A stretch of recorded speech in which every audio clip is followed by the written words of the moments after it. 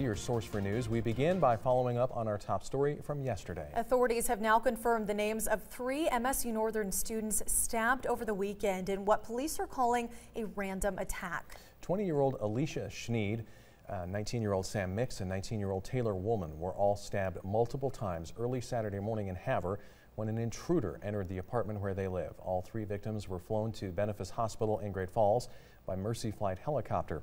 Sam Mix has since been moved to Harborview Medical Center in Seattle, where hospital staff say today he's in satisfactory condition, meaning he is not in the intensive care unit.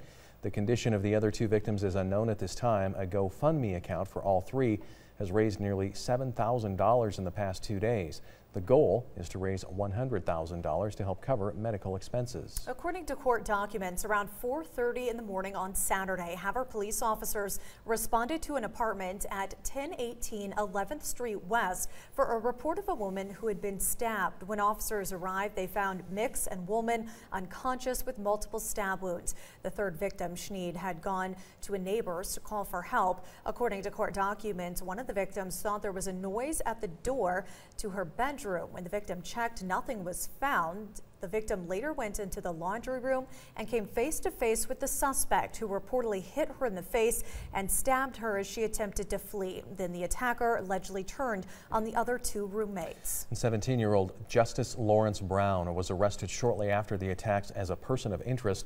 Brown was found a few blocks from the scene as police responded to a separate disturbance.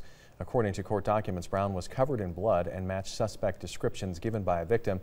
Brown allegedly entered the home through a back window after attempting to break into several other homes. Brown is currently being held in the Cascade County Detention Center on a $250,000 bond. Hill County Attorney Gina Dahl says district court charges are still pending on 3 counts of attempted deliberate homicide and 1 count of aggravated burglary. We'll continue to follow this story. Well, new information today in the Berry Beach case. The Montana Supreme Court has rejected a request by the convicted killer to reopen his case on a 1979 murder. In a 4-3 ruling, the court rejected Beach's argument that his sentence was illegal.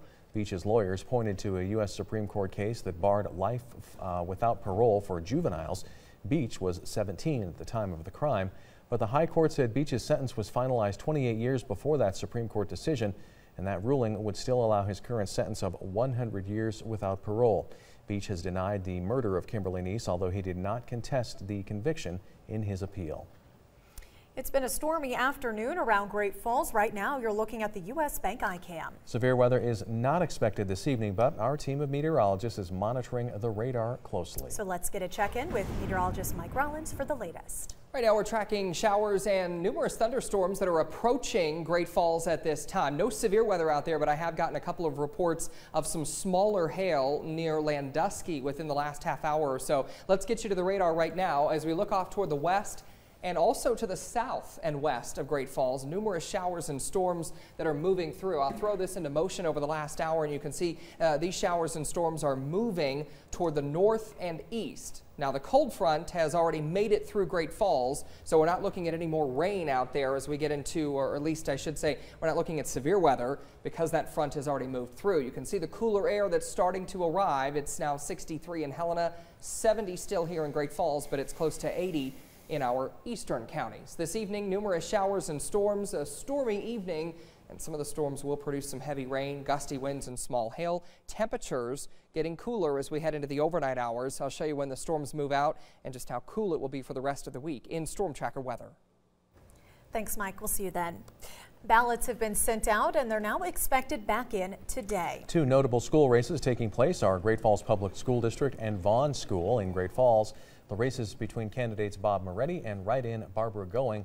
One of these 2 will take over for trustee Johnny Walker's position. Walker is not seeking re-election. Meanwhile, in Vaughn, 6 people are running for 2 open trustee positions. Those are 3-year positions. Candidates are Melissa Smirker, Alan Whitmire, Judd Brooks, Corey Eli, Tracy Lewis, and Kayla Ansenson. Both Eli and Lewis are running for re-election, while Brooks resigned from the board back in March after the school's principal was removed by the board. The remaining year of his term is also open, and that will be decided from a pool of candidates at the next school board meeting on May 12th. And of course, we'll be following that and have results from both of those elections coming your way tonight at 10 o'clock.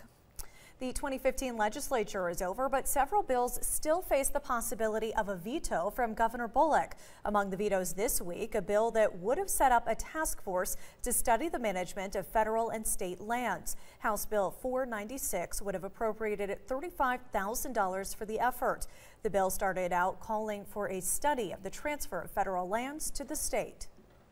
Montanans have opposed this idea of taking over public lands from the get-go. We have opposed it because we think it threatens wildlife habitat, public access, and it's really not a solution to real land management issues.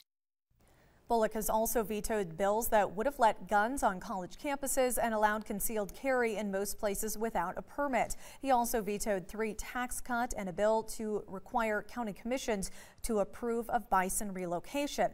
As of midday today, Bullock had vetoed 47 bills with 57 remaining on his desk. A retrofit of triggers for certain manufacture years of Remington 700 rifles is causing some confusion among gun owners. Capital Sports and Western in Helena is the only dealer in Montana that can retrofit the triggers. Right now, the only ones that are being replaced are X-Mark Pro triggers that are on Remington 700 rifles made during an 8-year period starting in 2006. The X-Mark Pro triggers made between 2006 and 2014 are being replaced by Remington because of a lubrication problem. Then we can get that turned around rather quickly, a matter of days, to put the new style trigger with the proper lubrication in it.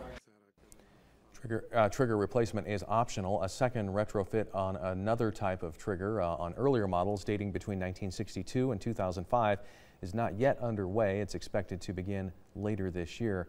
Capital Sports and Western recommends anyone who believes their Remington might be part of the retrofitting call the company first for more information.